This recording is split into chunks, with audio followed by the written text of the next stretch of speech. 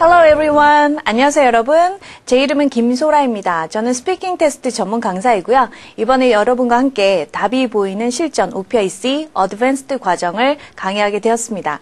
자, 총 20강으로 구성되어 있고요. 여러분이 아마 어드밴스드 레벨 선택하신 것만큼 목표 수준도 굉장히 높을 거라고 생각이 되는데요. 힘들다고 생각하지 마시고 저와 함께 한번 즐겁게 공부를 해보도록 하죠.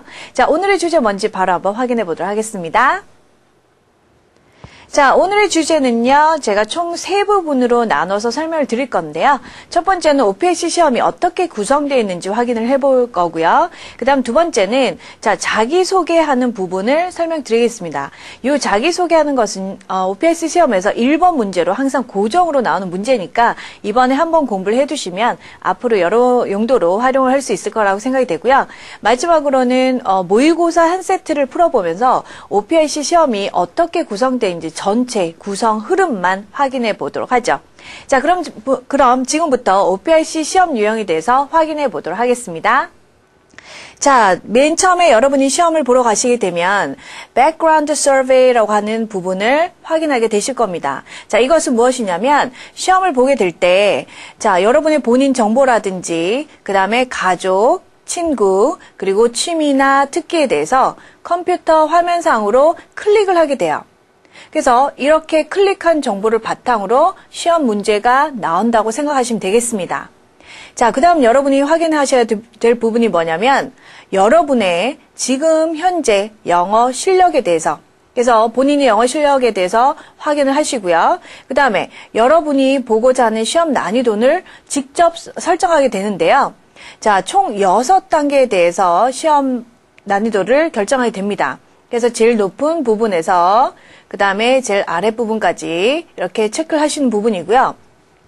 우리는 지금 현재 OPIC 같은 경우는 노비스 과정과 인터미디엇 과정, 그리고 어드밴스드 과정 3가지가 있는데 우리는 지금 현재 인터미디엇 과정을 공부하고 있기 때문에 중간쯤 나와 있는 레벨을 선택하시면 무리가 없을 거라고 봅니다.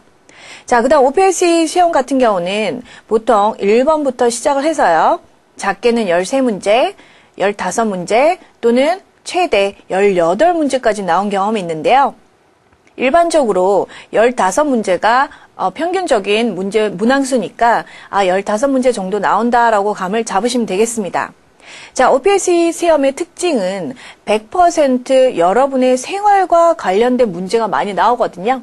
아까 설명드렸다시피 가족이나 친구, 취미, 특기, 직업 이런 데에 대한 본인의 정보와 관련된 문제가 나오기 때문에 아마 공부를 하시면서 이거 정말 실생활에 도움이 많이 되는 거다라고 느끼실 거예요.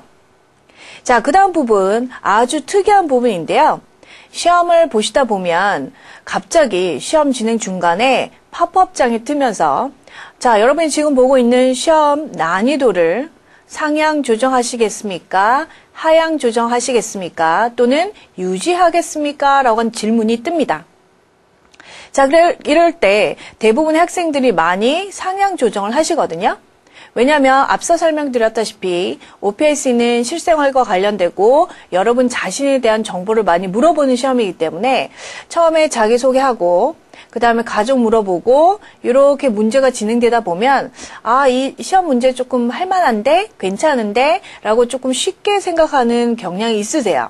그래서 대부분 상향 조절 많이 하시는데 여러분이 OPIC 시험을 처음 보시는 분이라면 유지를 하시는 게 안정적이라고 생각이 됩니다. 자, 요거는 나중에 공부를 하면서 제가 좀 더 자세하게 설명드리도록 할게요. 자, 총 시험 시간은 40분으로 진행되고요. 아까 문제 수가 15개라고 그랬죠? 자, 시험 시간에 대한 설명을 하게 되면 대부분의 학생들이 그렇다면 선생님 시험 시간이 40분이고 문제 수가 15개면 이걸 나누기 해서 한 문제당 2분 정도 이상 얘기를 해야 됩니까? 라고 질문하는 경우가 생기는데요. 그건 절대 아니에요. 그래서 자신 있는 문제는 최대한 많이 말씀하시고요. 그 다음에 혹시 좀 어려운 문제가 나오거나 내가 좀 힘들다라고 하면 할 수 있는 만큼만 얘기하시면 됩니다. 왜냐하면 이 시험은 질문도 2번씩 들을 수 있고요. 그 다음에 본인이 직접 넥스트라는 버튼을 눌러서 다음 질문으로 넘어갈 수가 있거든요. 그래서 내가 자신 있는 문제를 많이 얘기하고 그 다음 넥스트 버튼을 눌렀는데 그 그 다음에 어려운 문제가 나왔다고 했을 때 당하지 말고 내가 할 수 있는 만큼만 얘기하시고 그 다음 문제를 넘기시면 또 여러분이 잘 할 수 있는 또 문제가 나올 수 있잖아요. 그래서 부담 갖지 않고 할 수 있습니다. 시간에 너무 연연하지 않으셔도 될 것 같습니다. 자, 그 다음 내용 한번 살펴보죠. 자, OPLC 시험을 대략 총 6단계로 나눠서 지금 설명드릴 건데요. 자, 파트 1이라고 하는 자기소개 부분은 무조건 나오는 시험입니다. 자, 이 OPLC라고 하는 시험은 실제 인터뷰와 같은 형식의 시험이기 때문에 대신 컴퓨터로 보긴 하지만 여러분이 자기소개를 무조건 해야 되는 부분이거든요.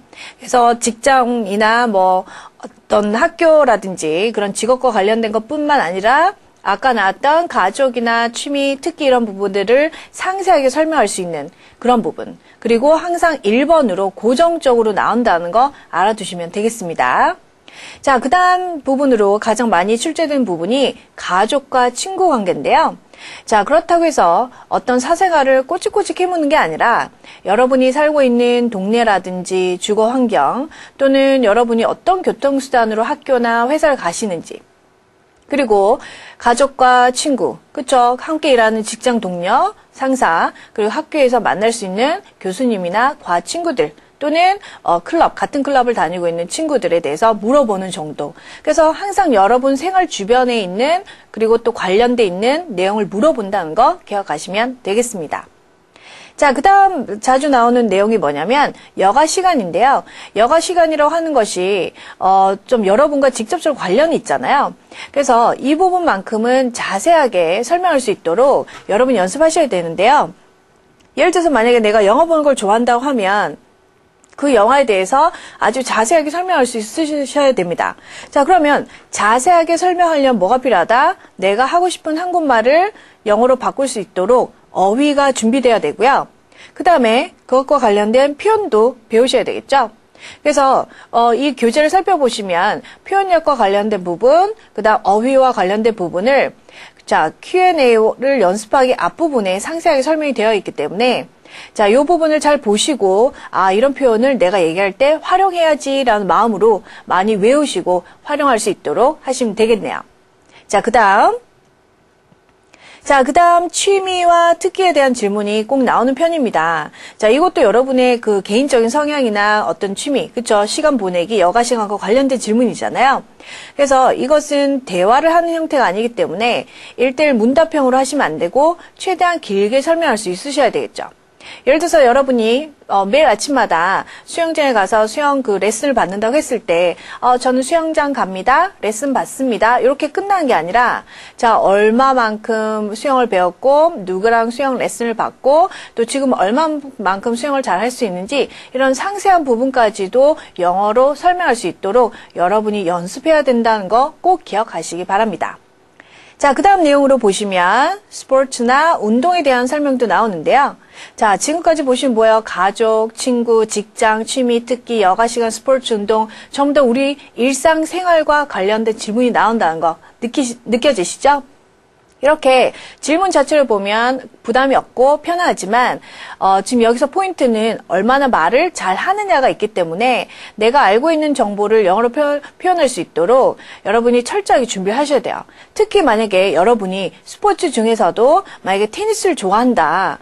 저는 테니스 좋아합니다. 라고 백그라운드 서베이에서 체크를 했는데 테니스에 대해서 질문했는데 대답을 못하면 그건 준비가 안 된 거잖아요. 그렇죠? 그래서 여러분이 선택한 항목, 백그라운드 서베이에서 선택한 항목에 대해서는 철저하게 준비하시고 답변을 연습해 두셔야지만 대답을 잘 할 수 있을 겁니다. 자, 그 다음 마지막에 OPLC 시험의 아주 핵심이라고 볼 수 있는데요. 자, 질문하기가 나와 있죠. 자, 이것은 뭐냐면 아마 여러분이 회화 시간이라든지 그런 학원에서 강의를 해보신 분들은 아시겠지만 일반적으로 강의실에 가게 되면 강사분들이 또는 외국인 선생님이 계속해서 질문을 던집니다. 학생들에게. 너 오늘 어떠니? 어제 뭐 했니? 오늘 기분 어떠니? 너 좀 아파 보인다. 오늘 멋져 보인다. 계속 얘기를 하면 학생들은 어떻게 해요? 편안하게 앉아서 대답을 yes, no, yeah, so, good, fine 이 정도로 간단하게 대답을 했단 말이에요.